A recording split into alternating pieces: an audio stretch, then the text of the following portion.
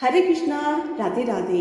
अगर किसी भी वजह से आप कार्तिक के पूरे महीने में कोई भी उपवास या फिर पूजा पाठ ना कर पाए या फिर कार्तिक महीने में किए जाने वाले जो भी नियम हैं उन्हें पूरा नहीं कर पाए, तो कार्तिक मास के आखिरी 5 दिनों में यह कार्य करके आप पूरे कार्तिक मास के पुण्य का फल प्राप्त कर सकते हैं। तो वह कार्य कौन से हैं इस वीडियो में हम जानेंगे।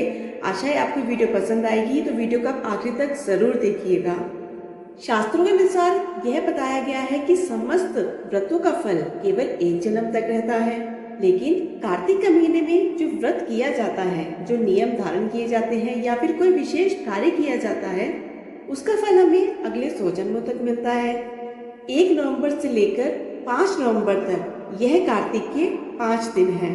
1 नवंबर को शनिवार है और इस दिन हर प्रबोधनी एकादशी रहेगी, जिसे हम देवउठनी 11 भी कहते हैं। और इस दिन श्री हरि विष्णु अपनी निद्रा से जागते हैं और इसी के बाद से जितने भी शुभ कार्य हैं, विवाह, मुंडन आदि से ये सब संस्कार उसकी शुरुआत हो जाती है।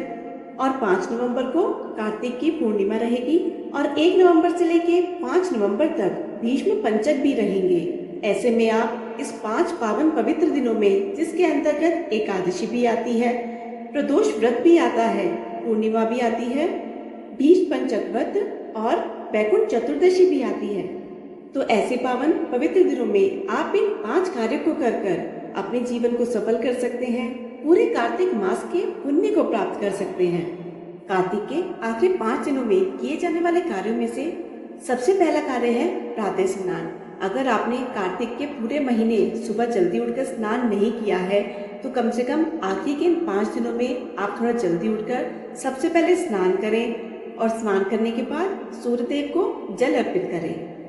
दूसरा कार्य है रात्रि जागरण।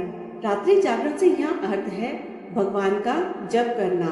रात को जितनी देर भी आपसे संभव हो सके आप भगवान के नाम का जप कीजिए, भजन कीर्तन कीजिए। जितनी देर तक भी आपसे संभव हो सके आप रात्रि जागरण करने का प्रयास कीजिएगा।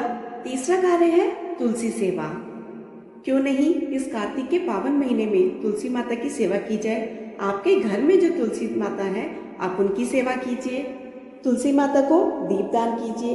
इन 5 दिनों में सुबह और शाम दोनों समय माता तुलसी को दीपदान कीजिए, माता तुलसी को सुबह शाम प्रणाम कीजिए, क्योंकि इन्हीं 5 दिनों में तुलसी पूजन भी आता है, तुलसी विवाह भी आता है। कार्तिक के महीने में तुलसी माता की सेवा करने का बहुत ही महत्व है, इसलिए तुलसी माता की सेवा से वंचित ना होइए।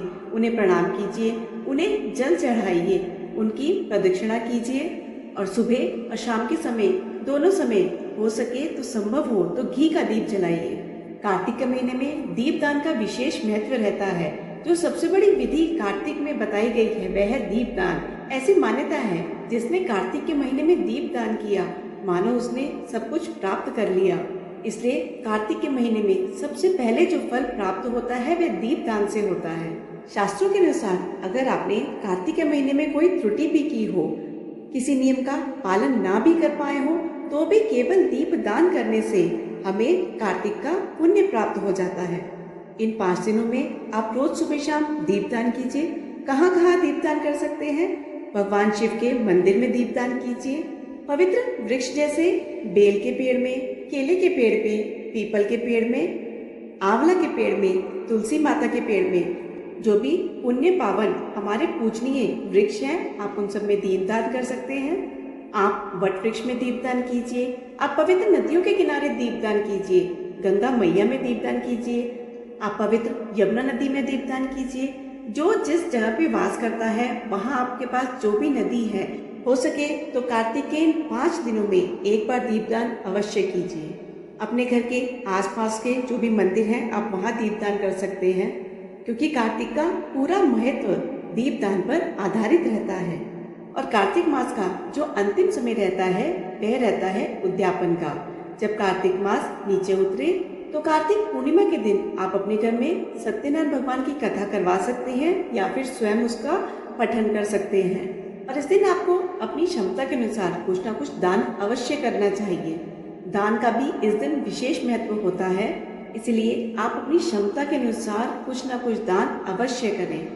हो सके तो ब्राह्मणों को घर पर बुलाकर उन्हें भोजन कराएं और उन्हें दक्षिणा जरूर दें। शास्त्रों के अनुसार ये भी बताया गया है कि अगर पूरे कार्तिक के महीने में आप एक बार एक बिल्व पत्र यानी बेल का पत्ता अगर शालिग्राम भगवान को या फिर भगवान विष्णु को अर्पित करें तो जो भी कोई पूजन कर रहा है या उससे कोई त्रुटि हो गई है तो वह समस्त दोषों से मुक्त हो जाता है। हो सके तो आप एक बेल का पत्ता इन 5 दिनों में भगवान नारायण के ऊपर चढ़ाने का प्रयास जरूर करें। भगवान विष्णु की कृपा से, भगवान शिव की कृपा से आपके सारे कार्य सिद्ध हो जाएंगे। कार्तिक के महीने में एक विशेष कार्य जो किया जाता है वह है तुलसी की सूखी हुई लकड़ी से दीप दान करना, क्योंकि ऐसी मान्यता है केवल एक सूखी हुई तुलसी की लकड़ी से किया हुआ दीप दान आपको लाखों करोड़ों दीपों के दान के बराबर फल प्रदान करता है। आप सूखी हुई तुलसी की लकड़ी पर रुई लपेटे, उसे घी में डुबोए और उसको जलाएं शालिग्राम भगवान के सम्मुख। तो कार्तिक के महीने में यह कार्य आप जरूर करें। वैसे तो कार्तिक के पूरे महीने में ही हरि सिमरन करना चाहिए, किंतु कार्तिक के अगर आखिरी 5 दिनों में आप विष्णु सहस्त्र नाम का पाठ जरूर करें। आप गीता का पाठ, गजेंद्र मोक्ष, शिव सहस्त्र नाम का पाठ भी कर सकते हैं। अगर आप यह पाठ करते हैं तो आपका पूरा कार्तिक मास ही फलदायी हो जाएगा। तो ये थी आज की वीडियो। आशा है आपको ये जानकारी पसंद आई होगी। जानकारी पसंद आए तो वीडियो को लाइक जरूर कीजिएगा। आपका एक एक लाइक मेरे लिए बहुत ही महत्वपूर्ण होता है। कमेंट बॉक्स में जय श्री हरि लिखकर इस वीडियो को अपने दोस्तों के साथ और अपने परिवार वालों के साथ जरूर शेयर कीजिएगा, ताकि वह भी श्री हरि विष्णु की कृपा प्राप्त कर सके। धन्यवाद।